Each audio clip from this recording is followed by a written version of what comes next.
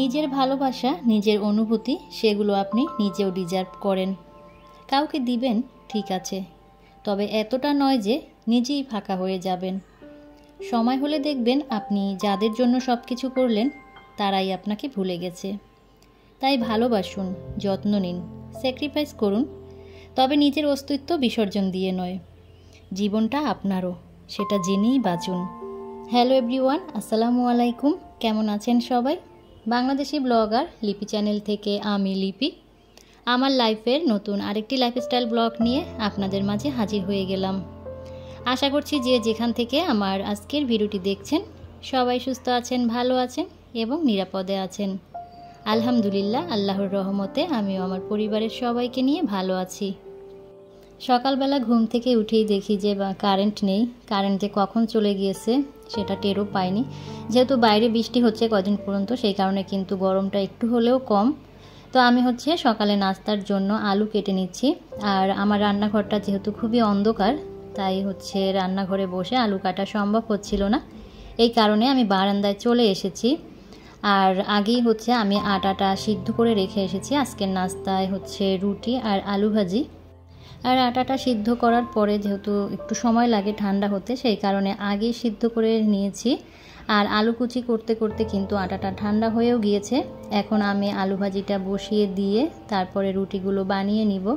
তো আজকে ভিডিও সংক্রান্ত কোনো কথা আপনাদের সাথে বলবো না, আপনারা শুধু ভিডিওগুলো দেখবেন আর কথাগুলো শুনবেন। আমি কিন্তু আজকে অন্য কথা শেয়ার করব আপনাদের সাথে। আমার বাচ্চাটা নষ্ট হয়ে যাওয়ার পর থেকে আমার সংসারে অভাব অনাটন লেগেই আছে। আপনাদের ভাইয়ার ব্যবসা বাণিজ্যে কোনো উন্নতি নেই, দিন দিন শুধু অবনতিই হচ্ছে। তো জানি না আল্লাহর তরফ থেকে এটা আমাদের জন্য শাস্তি নাকি আমাদের আল্লাহ পাক কোনো পরীক্ষা নিচ্ছেন, কিছুই বুঝতে পারছি না।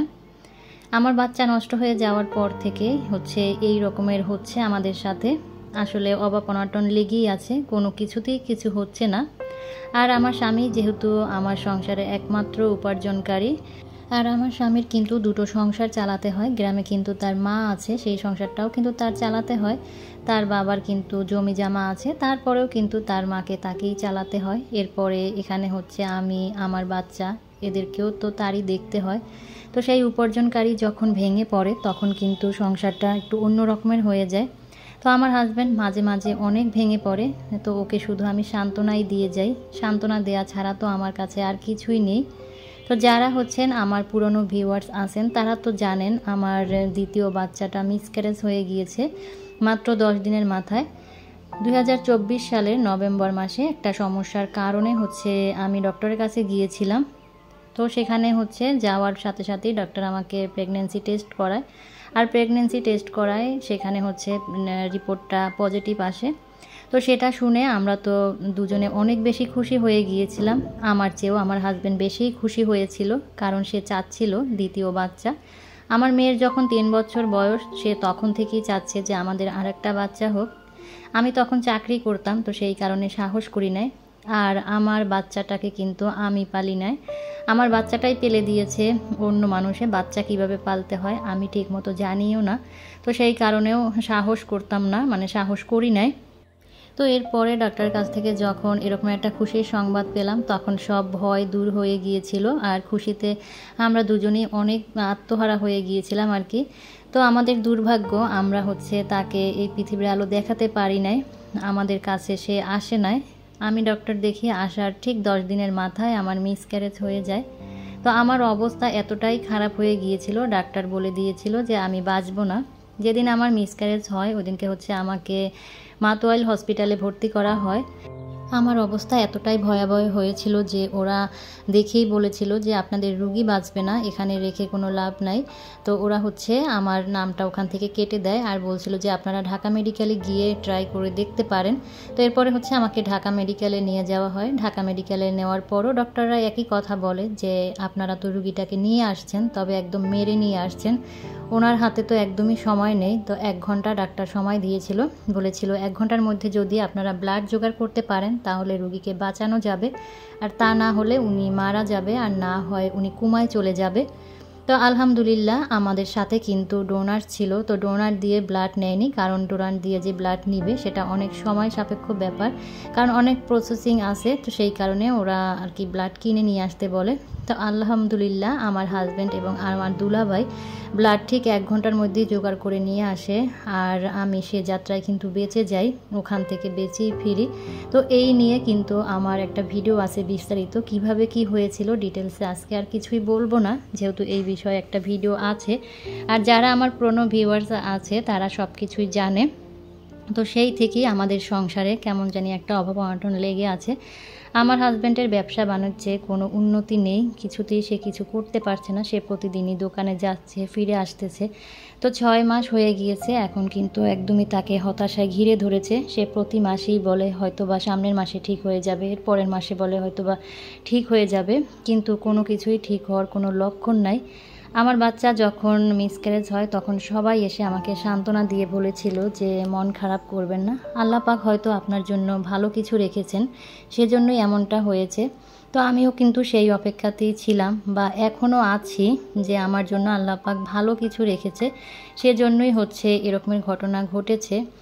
আর আল্লাহ পাক চায়নি বলেই কিন্তু আমাদের বাচ্চাটা পৃথিবীর আলো দেখতে পারে নাই, তার ইচ্ছাই সে আমাকে দিয়েছিল, আবার তার ইচ্ছা হয়েছে সে নিয়ে গেছে, এটার উপরে তো কোনো হাত নেই। তো তারপরে হচ্ছে মনকে মানাতে পারি না, সব সময় আল্লাহর কাছে 2 হাত তুলে কান্নাকাটি করি, আল্লাহ আমাদের ভুলের কারণে যদি কোনো কিছু হয়ে থাকে আমাদেরকে মাফ করে দিয়েন, আমাদের সব কিছু ঠিক করে দিয়েন, আমাদের সব কিছু আবার আগের মতো করে দিয়েন। তো এইভাবে তো আমি সব সময় আল্লাহর কাছে 2 হাত তুলি। আর এটা শুধু আমারই মনের কথা, আমি কখনোই এইসব নিয়ে আপনাদের ভাইয়ার সাথে শেয়ার করি নাই। তো হঠাৎ করে সেদিন হচ্ছে ও আমাকে বলছিল নিজে থেকে যে লিপি তুমি কি একটা জিনিস লক্ষ্য করেছো, যে আমাদের বাচ্চাটা নষ্ট হয়ে যাওয়ার পর থেকেই কিন্তু আমাদের সংসারে অভাব অনটন লেগেছে।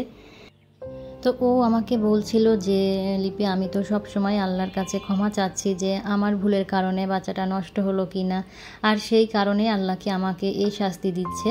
তো এই কথাটা বলার পরে আমি ওকে বলছিলাম যে না রে পাগল, এমনটা কিছু না, আল্লাহ চায়নি বলেই সে আমাদের কাছে আসতে পারেনি, আর আমাদের ভুলের কারণে কেন হবে, আমরা তো কিছুই করি নাই, আমরা তো চেয়েছিলাম তাকে সুস্থ স্বাভাবিকভাবে এই দুনিয়াতে নিয়ে আসতে, আমরা তো কোনো অন্যায় করি নাই।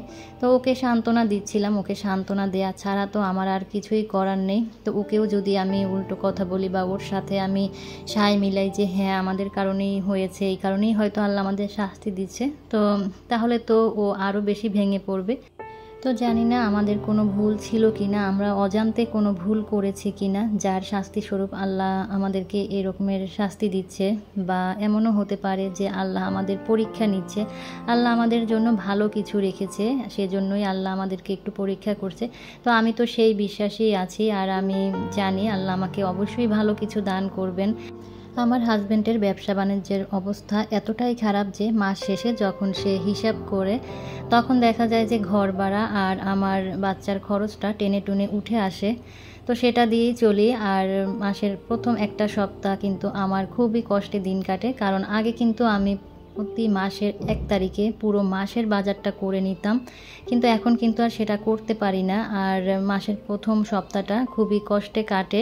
ওই যে বললাম টেনে টুনে কোনো রকমের দিন পার করি, এরপরে হচ্ছে দেখা যায় যে 1 তারিখ থেকে 10 তারিখ বা 7 তারিখ পর্যন্ত আবার যে টাকাটা ও ইনকাম করে অল্প কিছু, সেটা দিয়েই হচ্ছে টুকটাক করে বাজার করে নিই।